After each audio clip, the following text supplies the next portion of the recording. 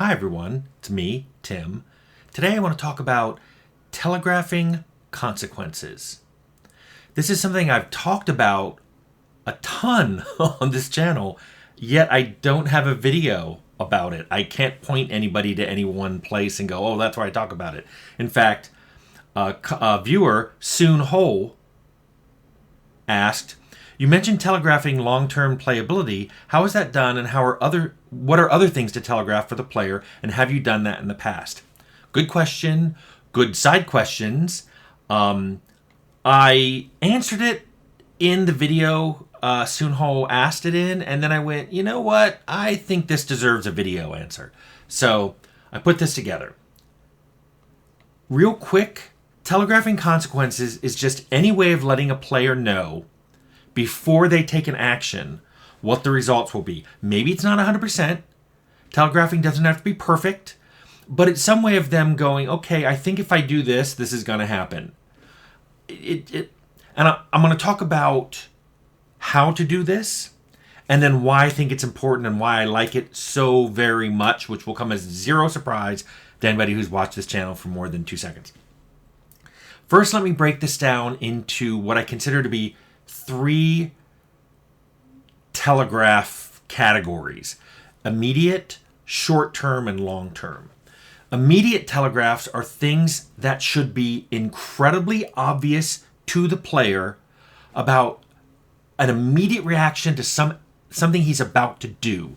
So if you know, your character, if she's going to swing a sword or he's going to throw a spell, a lot of games, including Temple of Elemental Evil, would show combat AoE, area of effect, spells exactly where they were going to land.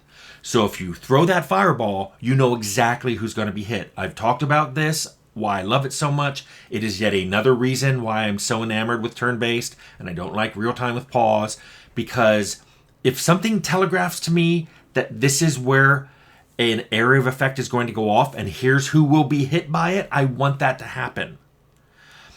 This was done in reverse in Wildstar, where when a creature attacked, it would place an area of effect on the ground so the player could react and get out of that area of effect before the enemy's combat attack went off.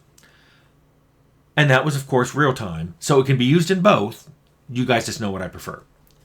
Another immediate effect is for any armor or weapons that the player may choose to wield.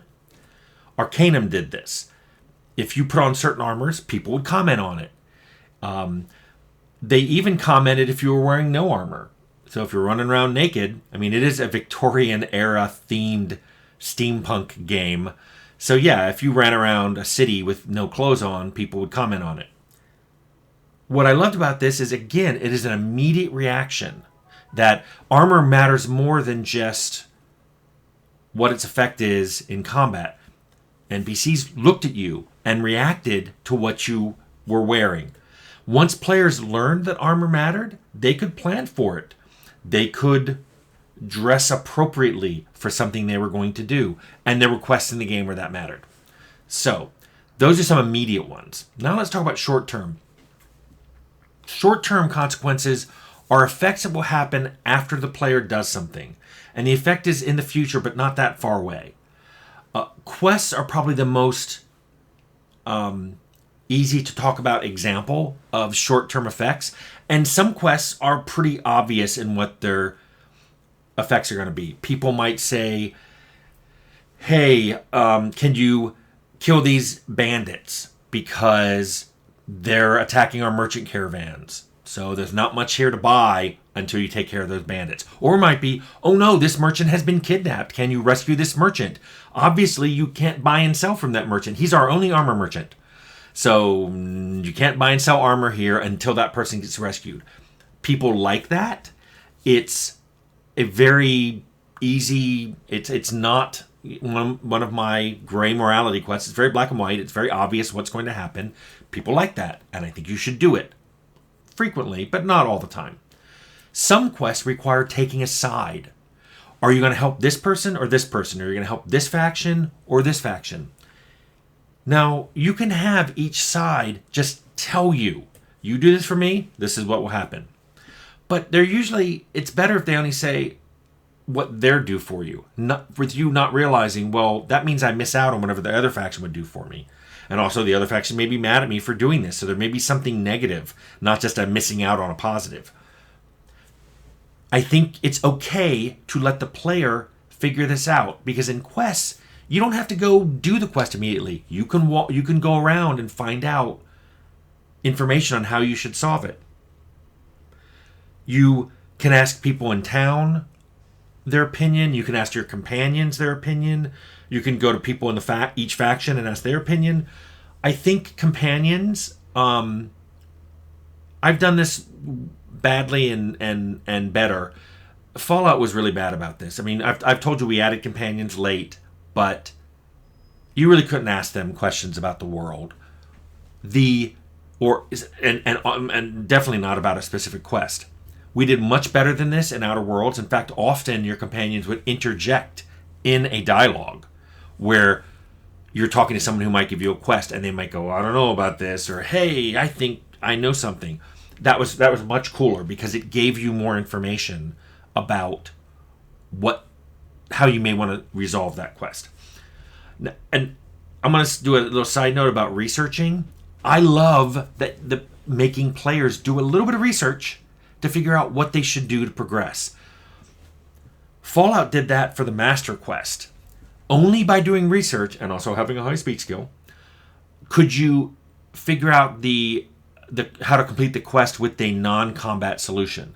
So if you had done a lot of quests for the Brotherhood and gotten a lot of information for Vree, and then talked to her and gotten her the CD she gives you with all the information on it, only then could you use your speech skill to talk the Master away from his plan for world domination.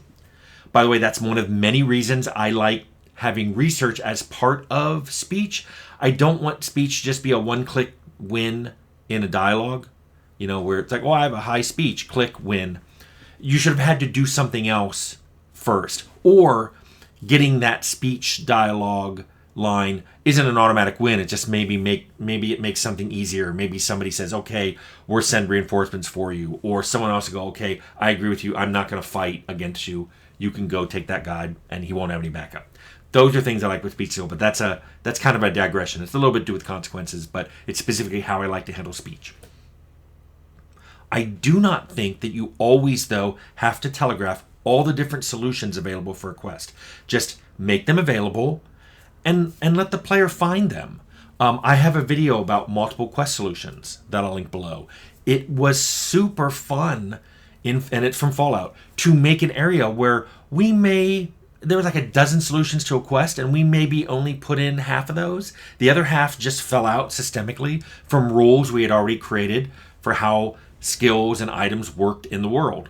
So watch that, because that's a great way of saying we taught the player how skills and items work so they could figure out their own solutions to a quest.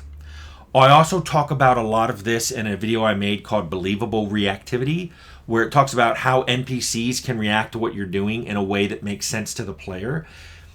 The flip side of believable reactivity is that's how you telegraph things. If you know NPCs are going to react a certain way, if they're going to be very unhappy, like if you kill their ruler, or they're going to be really happy if you rescue a child, then that's something that you can already know, and you don't have to have anyone tell you that that's going to be a consequence to your quest solution.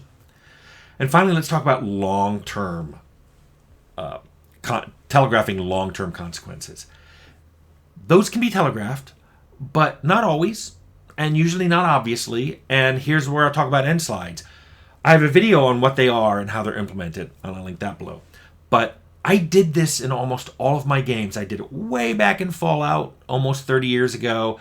I did it most recently in Outer Worlds, and I did it in Arcanum and Temple of Elemental Evil and many other games in between, where when the game ended, these end slides would play and say, here are the long-term effects of all the choices that you made as a player in the game.